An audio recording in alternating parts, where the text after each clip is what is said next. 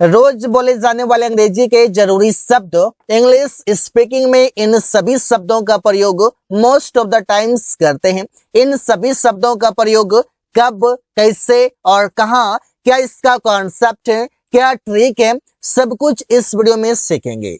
जैसे even so, इसके बावजूद इसका प्रयोग कब करते हैं, कहाँ करते हैं, किसके बाद करते हैं सीखेंगे। लेट्स का प्रयोग even if, having that, while, prefer, so that, ऐसे कई सारे शब्द इस वीडियो में कवर करेंगे जो इस क्लास को देखने के बाद आप कई सारे कॉन्सेप्ट्स समझ जाएंगे कब कैसे प्रयोग करते हैं।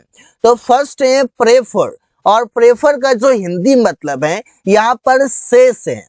जैसे इसका प्रयोग कब करते हैं, देखिए तुलना करने के लिए, जब आपको किसी से कंपेयर करना हो वहां पर प्रेफर प्रयोग करेंगे, और जब तुलना करेंगे तो वहां पर से वर्ड तो आएगा ही। जैसे बोलते हैं कि रमेश से अच्छा, जैसे चाय से ज्यादा कॉफी पसंद करना, चाय से ज्यादा, तो वहां पर से आ रहा है, तो से के लिए वहां पर कुछ वर्ड तो आएगा। इसके क्या कॉन्सेप्ट होंगे, क्या इसके ट्रिक होंगे, क्या सिचुएशन है इसका, वो देखिए।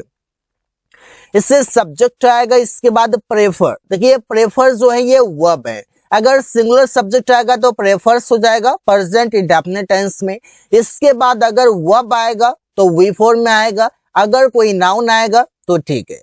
इसके बाद टू आएगा, और टू के बाद सेम चीज, अगर वर्ब आ रहा है तो वी फॉर्म में, नहीं तो कोई नाउन आएगा। देखिए वो पढ़ने से ज्यादा मूवी देखना पसंद करता है। अब सेंटेंस को बनाए कैसे, देखिए पहले बनाइए कि वो मूवी देखना पसंद करता है।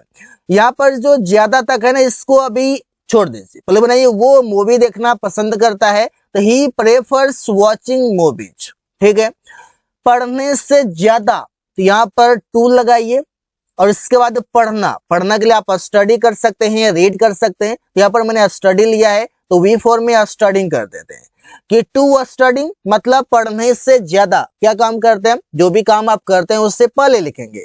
इससे मैं सोने से ज्यादा खेलना पसंद करता हूँ, जो फालतू का मैं बेड पर रहूंगा उससे ज्यादा मैं खेलना पसंद करता हूँ, तो आई प्रेफर प्लेइंग, मैं खेलना पसंद करता हूँ, मुझे खेलना पसंद है। किससे ज्यादा, सोने से ज्यादा, यहाँ पर से ज्यादा मतलब टू हो जाएगा। स्लीपिंग मीन्स सोना।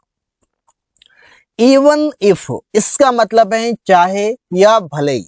इसका प्रयोग करने के स्ट्रक्चर देखिए, सबसे पहले आएगा इवन इफ, इसके बाद आएगा क्लॉज, फिर कॉमा, फिर क्लॉज। देखिए भले ही अमन मुझे गाली दे मैं उसका मदद करूंगा और हमेशा करता हूं, तो सेंटेंस कैसे बनेगा, इवन इफ अमन अब्यूजेस मी, भले ही अमन मुझे गाली दे, आई विल हेल्प हिम, मैं उसका मदद करूंगा। भले ही तुम मुझे भूल जाओ मैं तुम्हें कभी नहीं भूलूंगा, तो कैसे बनेगा, even if you forget me. जो पहला सेंटेंस है उसे आप प्रेजेंट इंडेफिनिट में बना सकते हैं, मैं तुम्हें कभी नहीं भूलूंगा, तो टेंस है फ्यूचर इंडेफिनिट, तो बनाएंगे I will never forget you, तो इसका प्रयोग कर सकते हैं। इसका स्ट्रक्चर देखिए क्या है, इसका हिंदी मीनिंग देखिए क्या है। सिचुएशन आप देख लिए कि जब अगला आपसे आपको इग्नोर करे लेकिन आप उसके प्रति अच्छा व्यवहार रखते हैं, आप उसके प्रति अच्छा सोचते हैं, तो वहां पर इस सेंटेंस का, इस वर्ड का प्रयोग कर सकते हैं। नेक्स्ट वर्ड है सो डॉट दैट, इसका हिंदी मतलब है इतना कि। अब प्रयोग करने के तरीके देखिए, सब्जेक्ट वर्ब सो के बाद एडजेक्टिव या एडवर्ब आएगा, इसके बाद दैट आएगा जो एक कंजंक्शन का काम करेगा, इसके बाद ही कोई सेंटेंस लगा सकते हैं। इससे वो इतना ईमानदार है कि सभी लोग उसको चाहते हैं। अब वो इतना ईमानदार है तो सेंटेंस बनेगा ही इज सो ऑनेस्ट, वो इतना ईमानदार है कि that all people like him, सब लोग उसे पसंद करते हैं, चाहते हैं। सुमन इतना तेज दौड़ता है, तो सेंटेंस बनाएंगे सुमन रन्स सो फास्ट, कि मतलब that he can defeat all of us, वो हम सभी को हरा सकता है। तो इस तरीके से इसका प्रयोग करते हैं। सिचुएशन आप देख लीजिए कि सेंटेंस किस सिचुएशन में और कब प्रयोग आप कर सकते हैं। According to situation you can put sentences. अगला वर्ड है वुड रेदर, और इसका मतलब है से अच्छा या के बजाय। प्रयोग करने के लिए स्ट्रक्चर है subject would rather plus V1. देखिए वुड रेदर के बाद जो वर्ब आएगा ना ये V1 में आएगा, इसके बाद देन आएगा और देन के बाद यहाँ पर V1 आएगा और यहाँ पर ऑब्जेक्ट आएगा। इससे पहले आपने सीखा प्रेफर, और प्रेफर में जो से का मीनिंग दे रहा था ना वो टू दे रहा था, लेकिन यहाँ पर जो मीनिंग देगा वो देन देगा, क्योंकि जनरली आप तुलना करने के लिए देन वर्ड का प्रयोग करते हैं। कहीं पर टू भी लगाते हैं, बहुत सारे ऐसे वर्ड है जैसे सुपीरियर, सीनियर, जूनियर, इन सभी के साथ टू लगता है। मैं चाय पीने के बजाय कॉफी पीना पसंद करूंगा। I would rather take coffee, मैं कॉफी पीना पसंद करूंगा। देन टी मतलब चाय से ज्यादा, ये चाय के बजाय। वो टीवी देखने के बजाय सोना पसंद करेगा। ही वुड रेदर स्लीप, वो सोना पसंद करेगा। देन वॉच टीवी, टीवी देखने के बजाय या टीवी देखने से अच्छा, तो इससे आप प्रयोग कर सकते हैं। अगला वर्ड है इवन सो, और इसका मतलब है इसके बावजूद भी। अब इससे प्रयोग करते हैं दो क्लाउज के बीच में। देखिए यहाँ पर हमारे पास एग्जाम्पल के रूप में दो सेंटेंस हो सकते हैं, तीन सेंटेंस हो सकते हैं, लेकिन आप सिचुएशन को रखकर, सिचुएशन को समझकर आप चाहे तो एटलीस्ट 20+ सेंटेंसेस इजिली बना सकते हैं। अगर कोई डाउट आता है, कोई भी दिक्कत होता है, कुछ समझ नहीं आता है, तो आप कमेंट में जरूर बताएं। जैसे रिया बहुत पढ़ाई करती है, इसके बावजूद भी वो फेल हो जाती है। देखिए कैसे सेंटेंस सुनाते हैं कि कोई है कि कोई काम करता है लेकिन उसको जो रिजल्ट मिलता है उसका अपोजिट मिल जाता है, तो वहां पर आप इवन सो का प्रयोग कर सकते हैं।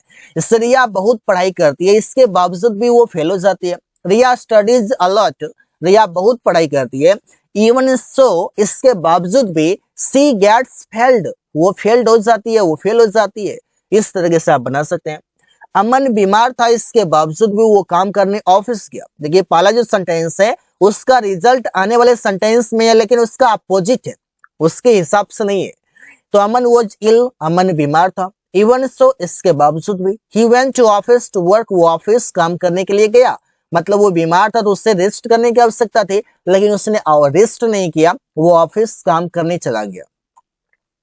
अगला वर्ड है लेट्स, और लेट्स का हिंदी मतलब है चलो करते हैं। लेट्स जो है ये लेट अस को मिला करके लेट्स बोला जाता है, और इसका प्रयोग तब करते हैं जब कोई काम करने के बारे में आप प्लानिंग करते हैं कि चलो ये करते हैं, चलो वो करते हैं। जैसे चलो बाजार चलते हैं, चलो अंग्रेजी सीखते हैं, चलो अंग्रेजी में बात करते हैं, चलो मूवी देखने चलते हैं, चलो कहीं पर चलते हैं। इस तरीके से आप इसका प्रयोग कर सकते हैं। तो लेट्स के बाद जो वर्ब आएंगे ना वो V1 में आएगा। इसके बाद अदर वर्ड या कोई भी नाउन लगा सकते हैं, कोई दिक्कत नहीं है। इससे चलो मैच खेलते हैं, लेट्स प्ले द मैच, या लेट्स प्ले क्रिकेट। चलो अंग्रेजी बोलते हैं, लेट्स स्पीक इंग्लिश। यहाँ पर देखिए स्पीक हो या प्ले हो, ये दोनों V1 में। और इसका प्रयोग तब करते हैं जब आप ग्रुप में होते हैं और प्लान कर रहे होते हैं कोई भी काम करने के लिए, वहां पर आप लेट्स का प्रयोग करते हैं। अगला शब्द है नीदर डॉट डॉट नॉर, और इसका मतलब है ना तो ना। जैसे ना तो मैं, ना तो वो स्कूल जा रहा हूँ। Neither I nor he is going to school, इस तरीके से। इससे ना तो रवि ना आकाश बाजार जाएगा। Neither Ravi nor Akash will go to market. यहाँ पर नीदर के बाद जो है यहाँ पर खाली जगह में आप कोई नाउन लगा सकते हैं, कोई प्रोनाउन लगा सकते हैं। नॉर के बाद भी आप कोई नाउन या प्रोनाउन लगा सकते हैं, जैसा भी आप लगाना चाहें। यहाँ पर देखिए प्रोनाउन है आई और ही, और यहाँ पर रवि और ये आकाश दोनों नाउन है। आप चाहें तो दोनों को मिलाकर कभी नाउन तो कभी प्रोनाउन, कभी प्रोनाउन तो कभी नाउन, इस सब चेंज करके भी लगा सकते हैं। अगला जो शब्द है वो है फॉर अ व्हाइल। ये वो सभी शब्द है इसका प्रयोग स्पोकन इंग्लिश में मोस्ट ऑफ द टाइम्स करते हैं। अगर आप नहीं जानते इन सभी शब्दों को तो बहुत सारे सेंटेंसेस ऐसे मिलेंगे जो रोज बोलचाल में प्रयोग होते हैं, लेकिन नहीं जानने के कारण आप उससे नहीं बोल पाएंगे, तो सीखना जरूरी है। फॉर व्हाइल का मतलब है कुछ देर के लिए या कुछ पल के लिए। जिससे बोलते हैं ना तुम कुछ देर के लिए आराम कर सकते हो, डेली बोलचाल में प्रयोग करते हैं। You can take a rest for a while. For a while को सेंटेंस के लास्ट में लगा सकते हैं। मैं कुछ देर के लिए वो यह लिख रहा था। आई वॉज राइटिंग इट, मैं यह लिख रहा था। फॉर अ व्हाइल मतलब कुछ देर के लिए। अगला जो शब्द है बाय है, और बाय का हिंदी मतलब है से, लेकिन से के लिए तो कई सारे शब्द हैं। बाय ही प्रयोग क्यों करें? क्योंकि इसका सिचुएशन है कि आप किसी वाहन से की बात कर रहे हैं। मतलब किसी वाहन से, जैसे वो बस से कॉलेज जाती है, मैं बाइक से कॉलेज जाता हूँ। यहाँ पर किसी वाहन की बात जब होगा और वाहन के साथ से लगा रहेगा, वहां पर बाइक का प्रयोग करते हैं। जैसे वो बस से स्कूल जाती है। सी गोज टू स्कूल, वो स्कूल जाती है। बाय बस, बस से, या बस के द्वारा, ऐसे भी बोल सकते हैं। मैं बाइक से ऑफिस जाता हूँ, I go to office by bike. तो इससे आप सेंटेंस बना सकते हैं कई सारे। नेक्स्ट है एज फॉर एज, और इसका मतलब है जहां तक। जहां तक के लिए और भी कई सारे शब्द हैं, लेकिन यहाँ पर सीखते हैं एज फॉर एज का प्रयोग। जहां तक रमेश वो काम करता है। As far as Ramesh does that work. जहां तक पैसे की बात है मैं तुम्हें दूंगा। As far as money is concerned, जहां तक पैसे की बात है आई विल गिव यू, मैं तुम्हें दूंगा। Don't worry about it, just do that work easily. अगला शब्द है हैविंग सेड दैट, और इसका मतलब है इसके बावजूद भी। प्रयोग करने के तरीके देखिए, फर्स्ट सेंटेंस आएगा, फिर फुल स्टॉप, इसके बाद हैविंग सेड दैट, इसके बाद कॉमा, फिर एक सेंटेंस। इसे आकाश मुझे गाली दिया, इसके बावजूद भी मैं उसे नजरअंदाज किया। Akash abused me, having said that I ignored him. Rohit अमीर है, इसके बावजूद भी वो कंजूस। देखिए सेंटेंस कैसे बन रहा है, Rohit is rich having said that he is माइजर। ये सभी वाक्य वैसे हैं जो रेगुलर प्रयोग किए जाते हैं। वो बहुत पढ़ा करता था, इसके बावजूद भी वो फेल हो गया। He used to study a lot, वो बहुत पढ़ा लिखा करता था। Having said that, इसके बावजूद भी he got failed, वो फेल हो गया। इस तरीके से आप इसका प्रयोग कर सकते हैं। नेक्स्ट जो हमारा वर्ड है वो है as soon as, और इसका मतलब है जैसे ही। इसका प्रयोग तब करते हैं जब कोई काम अचानक से फिनिश हुआ और उसके बाद दूसरा काम स्टार्ट हो गया। जैसे ही मम्मी दरवाजा खटखटाई मैं डर गया।